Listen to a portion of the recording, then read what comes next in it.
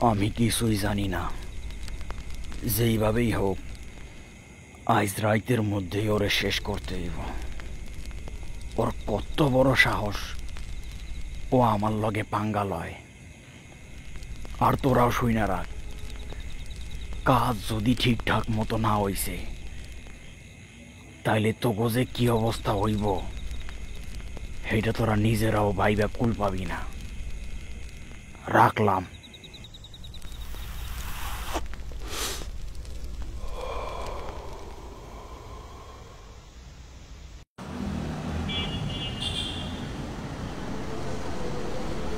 চল জানোয়ারের বাচ্চা চল, আজকে বুঝবি কত ধানে কত চাল। ভাইয়ের সাথে কত বড় সাহস তোর, আজকে দেখে নেব।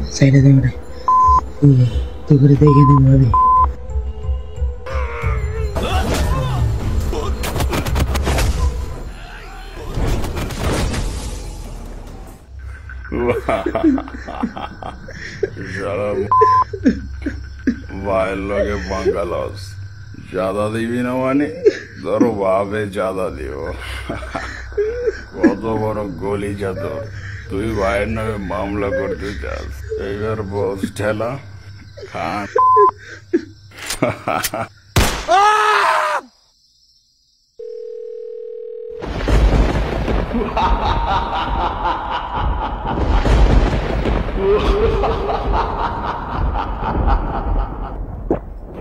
সামান্য কিছু টাকার জন্য এই চাঁদাবাজের দল রাফিকে নৃশংসভাবে হত্যা করে ফেলে।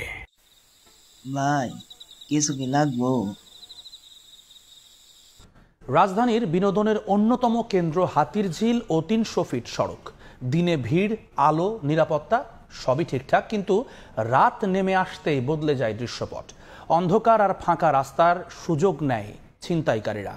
আইন শৃঙ্খলা বাহিনীর টহল থাকলেও তা উপেক্ষা করেই চলে নানা অপরাধ। স্বপন আহমেদের রিপোর্টে বিস্তারিত। ওই তগরে যে কইছিলাম ইমাম সাহেবের খবর দিয়ে দিছিলি?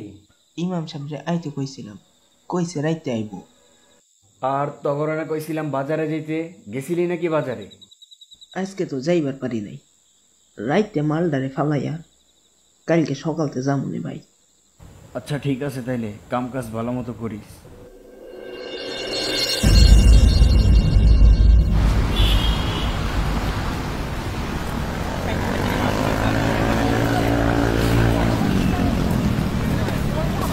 আসসালামু আলাইকুম ভাই, ভালো আছেন? আমাকে কি ডেকেছিলেন? সামনে তো নির্বাচন, আপনারা যে কইছিলাম নির্বাচনে 1 লাখ টাকা দিতে, মনে আছে তো? জি ভাই মনে আছে, সময় মতো টাকাটা পাঠিয়ে দিব ইনশাআল্লাহ। আচ্ছা ঠিক আছে, যান তাইলে। সময় মতো যদি টাকাটা না পাই তাহলে বুঝিনি তো কি হইতে পারে। সময় মতো আপনাকে টাকাটা দিয়ে দেব, কিন্তু দয়া করে আমার মাদ্রাসার কোনো ক্ষতি করেন না। ঠিক আছে, আপনার কথা ঠিক থাকলে আমার পোলাপানও ঠিক থাকবে।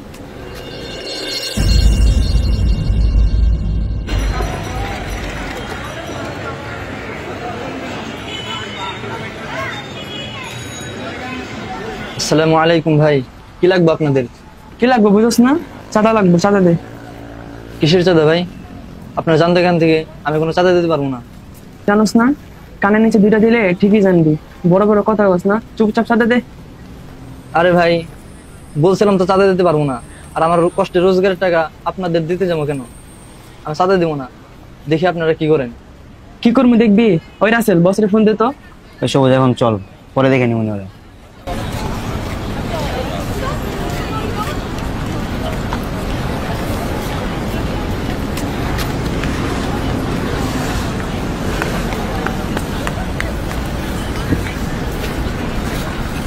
ওই চাঁদা দাও।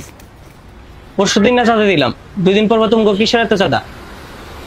কিসের চাঁদা? এটা কি কৈফিয়ত দিতে হইব? এই এলাকায় দোকান করতে হইলে চাঁদা দিতে হইব।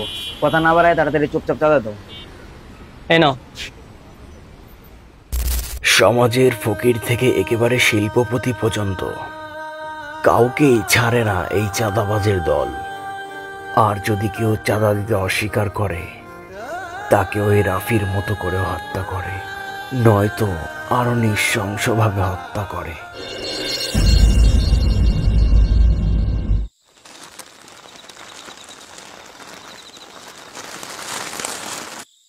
এ ভাই, কারা আপনারা? রাস্তা আটকেছেন কেন?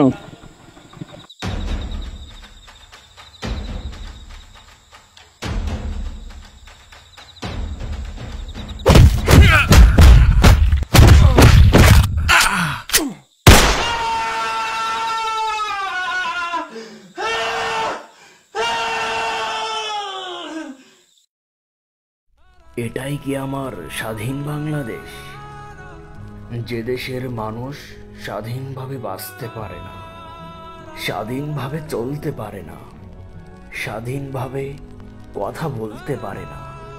আর কতদিন এভাবে চলবে? আর তো পারছি না। দেয়ালে পিঠ ঠেকে গিয়েছে আমাদের।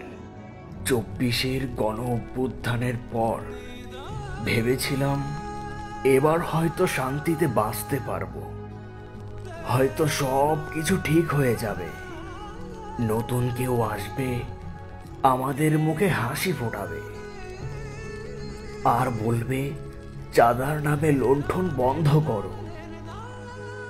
কিন্তু কই, কেউ আসে না, কেউ শোনে না, শুধু ন্যায় ছিঁড়ে খায়, গিলে ফেলে আমাদের স্বপ্ন। আমরা চুপ ছিলাম কারণ ভয় ছিল, আমরা মাথা নিচু করেছিলাম কারণ পরিবার ছিল। কিন্তু এখন কেবল ক্ষোভ। এই চাঁদাবাজদের ঘরে আগুন জ্বলবে আমাদের কান্নায়। আমরা গরিব কিন্তু পাথর নই। আমরা শিখে গেছি প্রতিবাদ করতে। আর ভয় না, এবার হবে শুধু প্রতিবাদ। চাঁদাবাজরা শোনো, তোমাদের রাজত্ব আজ থেকে শেষ। এই মাটির প্রতিটা মানুষ এবার জেগে উঠেছে আগুন হয়ে।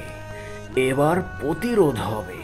চাঁদার নামে যারা গরিবের রক্ত খায়, তাদের রক্তে লেখা হবে পরাজয়ের ইতিহাস।